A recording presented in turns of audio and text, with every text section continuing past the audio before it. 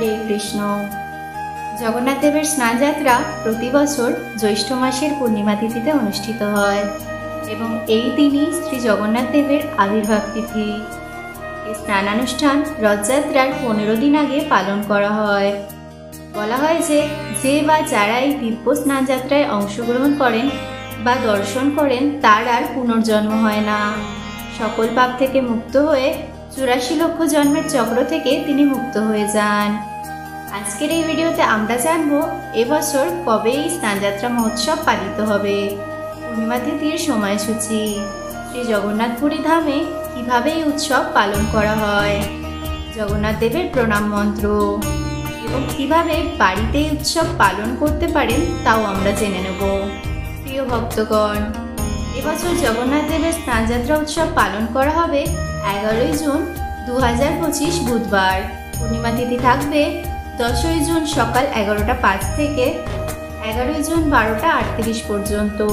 শ্রী জগন্নাথপুরী ধামে এই দিন শ্রী জগন্নাথ দেব, বলদেব এবং সুভদ্রা দেবীকে বিশেষ শোভাযাত্রার মাধ্যমে স্নানবেদিতে নিয়ে আসা হয়, যা মন্দির চত্বরেই অবস্থিত।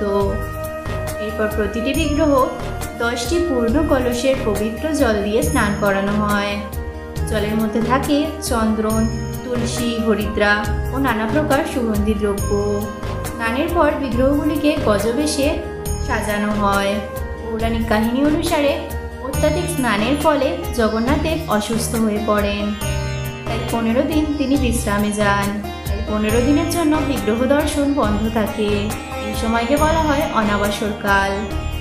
এরপর 15 দিন পর সুস্থ হয়ে জগন্নাথ দেব, সুভদ্রা দেবী এবং বলদেব রথে চড়ে মাসির বাড়ি যাত্রা করেন। আর এই অনুষ্ঠানই হলো রথযাত্রা উৎসব। এবার জেনে নিই কিভাবে বাড়িতে এই স্নানযাত্রা মহোৎসব পালন করতে পারেন। এই দিন একটি পাত্রে চন্দন নিয়ে অষ্টদল পদ্ম অঙ্কন করে শ্রী জগন্নাথ দেবের বিগ্রহ বা চিত্রপট স্থাপন করে প্রথমে ভোগ নিবেদন করবেন।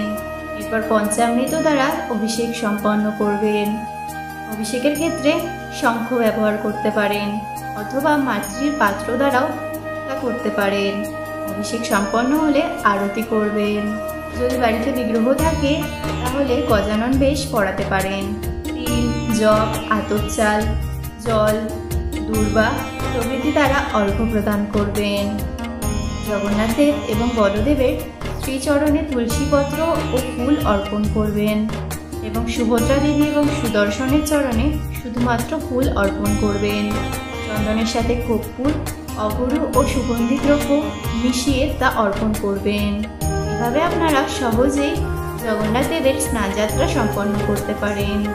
শ্রী জগন্নাথ দেবের প্রণাম মন্ত্র: নীলাচল নিবাসায় নিত্যায় পরমাত্মানে বলভদ্র সুভদ্রাভ্যাং জগন্নাথায় তে নমঃ।